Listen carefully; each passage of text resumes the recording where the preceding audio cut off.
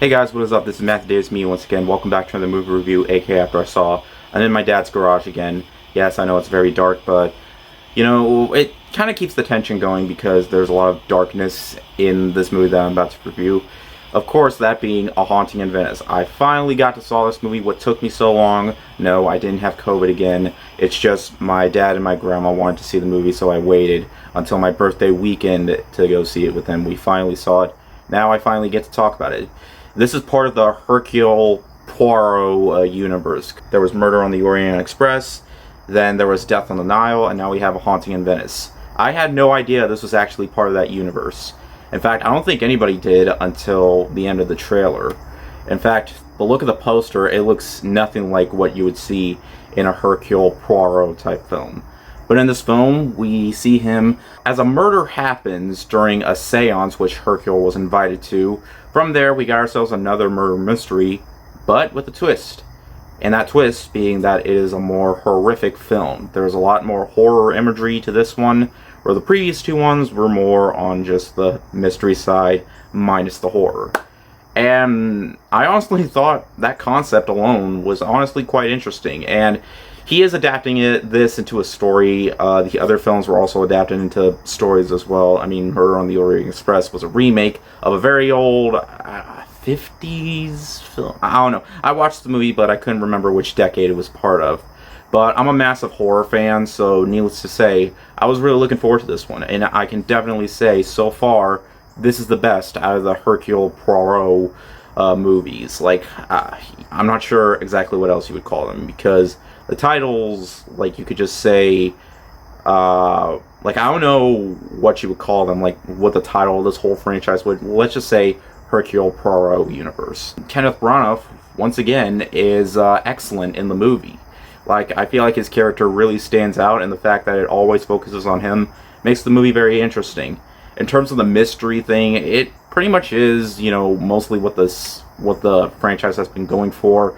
Meaning it's mostly what you expect because, you know, it's a mystery film, but with a title like A Haunting in Venice, you would expect this to be more like a supernatural ghost story, but it isn't. It's a murder mystery, part of the Hercule Poirot film universe.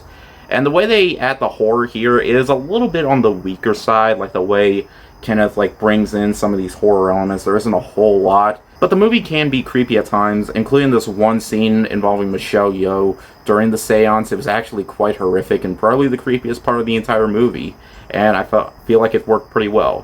Which is unfortunate for quite the rest of the movie because it does tend to add in some of that horror to it. But really though, I wouldn't really call this a supernatural thriller or anything like that. So the title might be a little bit misleading, despite the fact that they are in Venice. That's pretty much the only leading thing to the title, is that it's in Venice. Just, there's no, like, ghosts or, well, okay, so I'm not really going to spoil anything here, but yeah, don't expect anything like a Conjuring universe type film, despite the fact that that's kind of what the movie intended you to expect with the trailer, but it really isn't like that.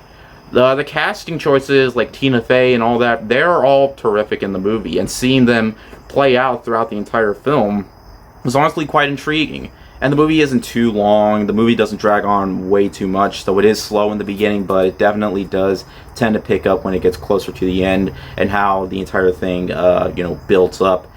And yeah, needless to say, it might just be the same story that you've seen before in his previous two films, just with more of a horrific, you know, setting. And as a guy who has always been big into horror, it might be a biased thing to say, I feel like this is the best out of the, you know, Hercule Poirot universe, because, you know, I enjoyed the mystery that was going on throughout this movie. I like the setting, I like the casting, and everybody is just so good in the movie. I mean, people were good in the previous two movies, and the way Kenneth Branagh's direction and all that, the way it's handled here, I feel like he's done another really solid job. You might have heard this type of story before, but its horror setting, I feel like it's done really well, even though it's like horror elements, like in terms of the way he brings out scares, is a little bit lacking, but all in all, I found myself having a really solid time and was intrigued about what was going to happen, like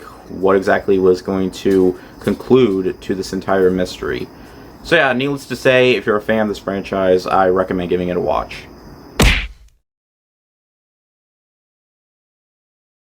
It isn't doing too well right now. I think it might just be due to the fact that with the title and how, the posters make the movie out to seem, the way they're trying to, make this out to be, it might look like it's just a ghost story when all in all it's just a murder mystery film, like another one of those types of films. But hey, still some really solid work from Kenneth Branagh, and yeah, I like to see where this goes because I like Hercule Poirot, and I hope he does make a return in more of these movies. So yeah, anyways, thank you guys so much for watching, and I'll see you guys later. Ward out.